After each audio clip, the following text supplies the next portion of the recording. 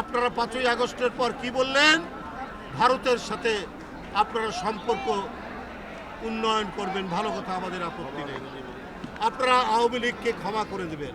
আপনাদের নেতারা মৌলানা সাইদি সাহেব, সেই সাইদি সাহেবের বিরুদ্ধে মিথ্যা সাক্ষী দেওয়ার জন্য শুকরঞ্জন বালিকে গোয়েন্দা পুলিশ ধরে নিয়ে গিয়ে তার শরীরে ইলেকট্রিক শক দিয়েছে।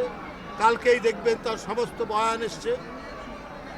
শুকরঞ্জন বালি হিন্দু ধর্মের একজন মানুষ, তাকে শেখ হাসিনার গোয়েন্দা বাহিনী বলেছে যে তোমরা বলো তোমার ভাইকে হত্যা করিয়েছে মৌলানা সাইদি সাহেব।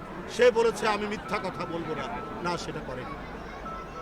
শুকরঞ্জন বালি সে যে সাহসিকতা এবং ন্যায় নীতির যে দৃষ্টান্ত দেখিয়েছে, এইটা আমি ওই রাজনৈতিক দলের বন্ধুদেরকে আমি বলতে চাই যে আপনারা শিখুন তার কাছ থেকে। আপনারা সম্পর্ক উন্নয়ন করতে চান ভারতের সাথে। শেখ হাসিনার প্রতিটি গুম খুনের দোষর হচ্ছে পার্শ্ববর্তী দেশ। এই শুকরঞ্জন বালিকে আপনার হাইকোর্টের গেট থেকে গোয়েন্দা পুলিশ ধরে নিয়ে গিয়ে তাকে এখানে টর্চার করে তাকে টাকার অফার দেওয়ার পরও সে যখন মাথা নোয়ায়নি তাকে ভারতে পাচার করে দিয়েছে এবং ভারতের কারাগারে সে 5 বছর ছিল। সেই 5 বছর সেখান থেকে আজকে বেরিয়ে এসে সে এই কথাগুলো বলছে। এরপরেও আপনারা বলেন যে শেখ হাসিনার সব মাফ করে দেবেন, ভারতের সাথে সম্পর্ক উন্নয়ন করবেন। তো এর মধ্যে দিয়ে তো প্রমাণিত হয় যে আপনারা হচ্ছে ন্যায় নীতির পরোয়া করেন না। আপনারা রাজনীতির নামে ধান্দাবাজি করেন, আপনারা অন্য কিছু করেন না।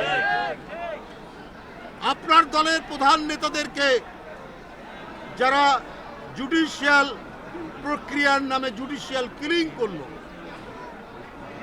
তাদেরকে বলছেন আপনারা মাফ করে দিবেন। তাহলে আপনারা ইসলামের যে মর্মবাণী যে অন্যায়ের বিরুদ্ধে প্রতিবাদ করো, প্রতিরোধ করো, সেটি তো আমাদের মধ্যে নাই। করুণার কথাও বলা হয়েছে যে ক্ষমা চাইবে তাকে করুণা করতে বলা হয়েছে। তার বিভিন্ন ধাপ আছে, বিভিন্ন পর্যায়ে। ওরা ক্ষমা চাইলেও না কিছু না, আপনি তাদেরকে ক্ষমা করে দেবেন, সম্পর্ক উন্নয়ন করবেন। অর্থাৎ আপনারা আপনাদের রক্তের সাথেই বেইমানি হলো না। যেমন 86 সালে আপনারাও বলেছিলেন নির্বাচনে যাবেন না এর সাথে, তারপরে আপনারা গিয়েছেন।